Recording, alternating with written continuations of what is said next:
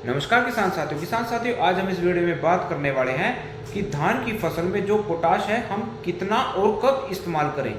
तो चलिए किसान भाइयों, आज मैं पोटाश के बारे में आपको इस वीडियो के माध्यम से सारी इन्फॉर्मेशन देने वाला हूं कि आपकी धान की फसल में जो पोटाश है उसका क्या काम है और उसके फायदे और नुकसान आज हम इस वीडियो में आपको बताने वाले हैं। तो चलिए किसान भाइयों, वीडियो को स्किप न करके वीडियो को एंड तक जरूर देखें ताकि आपको जो धान की फसल है उसके बारे में अच्छी इन्फॉर्मेशन मिल सके। तो चलिए किसान साथियों, वीडियो को शुरू करते हैं। तो किसान साथियों, जैसा कि पोटाश है यानी कि MOP म्यूरेट ऑफ पोटाश आती है जो दानेदार जो मार्केट में देखने को मिलती है। तो किसान भाइयों का कईयों का ये सवाल रहता है कि हम जो अपनी धान की फसल है उसके अंदर इसको कब और कितना प्रयोग करना चाहिए जिससे कि जो हमें रिजल्ट है बहुत अच्छा देखने को मिले। क्योंकि अधिकतर किसान भाई जो पोटाश है अपने खेत में डालते ही नहीं, क्योंकि इसका भी बहुत कारण है। क्योंकि किसान साथियों को जो पोटाश है एकदम से इसका रिजल्ट देखने को नहीं मिलता, इसी कारण से जो किसान भाई हैं इसको ज़्यादा इस्तेमाल नहीं करते। लेकिन किसान साथियों, जो म्यूरेट ऑफ पोटाश है यानी कि जो पोटाश है ये एक तरह से पौधे के लिए जो प्राइमरी न्यूट्रिशन यानी कि जो सबसे पहले जो पौधे के लिए निर्माण में सबसे जो इनकी पड़ती है उनमें से एक है।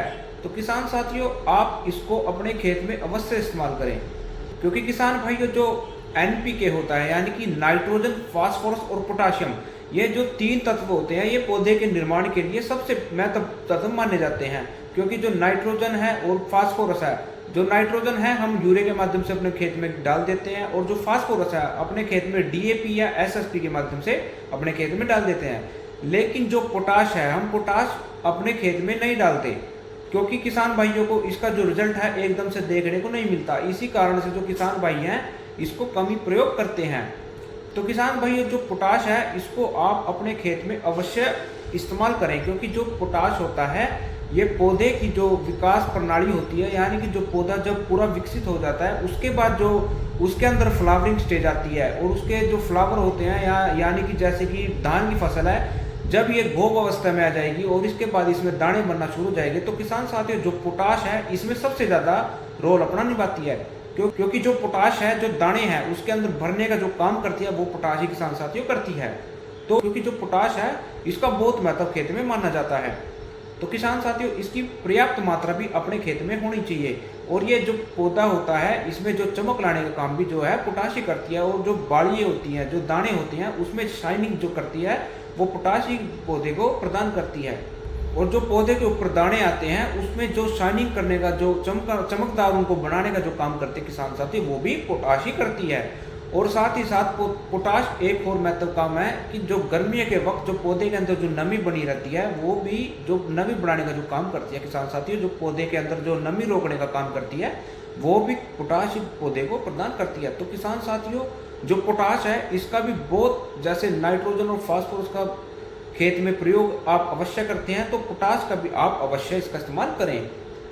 तो किसान साथियों, जो पोटाश है मार्केट में इसके और अन्य सोर्स भी उपलब्ध है, जैसे कि आप NPK 0050 आता है वो भी ले सकते हैं। उसके अंदर जो NPK नाइट्रोजन फास्फोरस ना होकर के सिर्फ उसके अंदर जो पोटाश है वो आपको मिलती है। इसमें 50% के हिसाब से आपको पोटाश मिलती है। और एक NPK 05234 भी आता है, उसके अंदर जो फास्फोरस है उसकी मात्रा थोड़ी ज़्यादा है और पोटाश की मात्रा थोड़ी कम है। तो आप खाली पोटाश इस्तेमाल करना चाहते हैं तो आप NPK 0050 भी इस्तेमाल कर सकते हैं। तो किसान साथियों, अब तक हमने जो बात करी है कि जो पोटाश है हमारे खेत में क्या काम करती है, तो अब हम इसकी डोज की बात करें तो किसान साथियों आप इसको 20 से 25 किलो पर एकड़ के हिसाब से आपको इसको लेना है। इससे ज़्यादा आप ना लें, क्योंकि किसान साथियों जो फर्टिलाइजर्स होते हैं जो आप इसको अधिक अपने खेत में डाल दोगे तो किसान साथियों इसका जो नुकसान है आपका देखने को मिलता है। किसान साथियों, जो फर्टिलाइजर्स होते हैं ये जितनी मात्रा इनकी तय की गई है उतनी आप डालें तो आपको जो रिजल्ट है इसका अच्छा देखने को मिलता है। इसका आपको कोई नुकसान आपको नहीं देखने को मिलेगा। तो आप 25 किलो पर एकड़ के हिसाब से आप इसको इस्तेमाल करें। तो अब हम इसकी बात करें कि आप इसको कब इस्तेमाल करें, कब अपने खेत में डालें। तो किसान साथियों, जो इसका सही समय माना जाता है, वैसे तो कई किसान भाई जो डालते हैं जब अपना कद्दू या जब कद्दू करते हैं तो उसी में डाल देते हैं, या फिर जो अपना पैडी है जो अपनी धान है उसको ट्रांसप्लांट करने के बाद उसको डाल देते हैं। तो किसान साथियों, वैसे देखा जाए जो खेत में इसका जो काम है वो शुरू से ही आखिरी को देखने को मिलता है। आप शुरू में भी इसको इस्तेमाल कर सकते हैं, लेकिन जो आप इसको प्रयोग करना चाहते हैं धान की फसल में अच्छी तरह से इसका जो रिजल्ट लेना चाहते हैं, तो किसान साथियों आप इसको 35 से 40 दिन के बाद अपने खेत में इस्तेमाल करें, तो जो आपको रिजल्ट है बहुत अच्छा देखने को मिलने वाला है। क्योंकि किसान भाइयों उसी वक्त जो हमारी जो धान है उसके अंदर जो गोब है वो बनना शुरू हो जाती है। 40 से 45 से 50 दिन के बाद जो अपनी धान की फसल है उसके अंदर जो गोब है वो बनना शुरू हो जाती है। तो किसान साथियों उस वक्त आप पोटाश का इस्तेमाल करोगे तो आपके जो इल्ड है, जो आपकी धान की जो आवक है वो भी ज़्यादा देखने को मिलेगी, और जो पौधे के अंदर जो दाने हैं वो भी अच्छे से बढ़ पाएंगे, और जो फड़ा है वो भी आपके खेत में नहीं बनेगा, और आपका जो इल्ड है, जो आपकी आवक है, जो आपका झाड़ है वो बहुत अच्छा देखने को आपको बाद में मिलेगा, और आपका जो पौधा है वो भी शाइनी रहेगा, और उसमें जो क्लोरोफिल की मात्रा है वो भी पर्याप्त पूरी देखने को मिलेगी। तो किसान साथियों ये जो पोटाश है आप अपने खेत में इस्तेमाल करें, इसका बहुत अच्छा रिजल्ट आपको बाद में देखने को मिलने वाला है।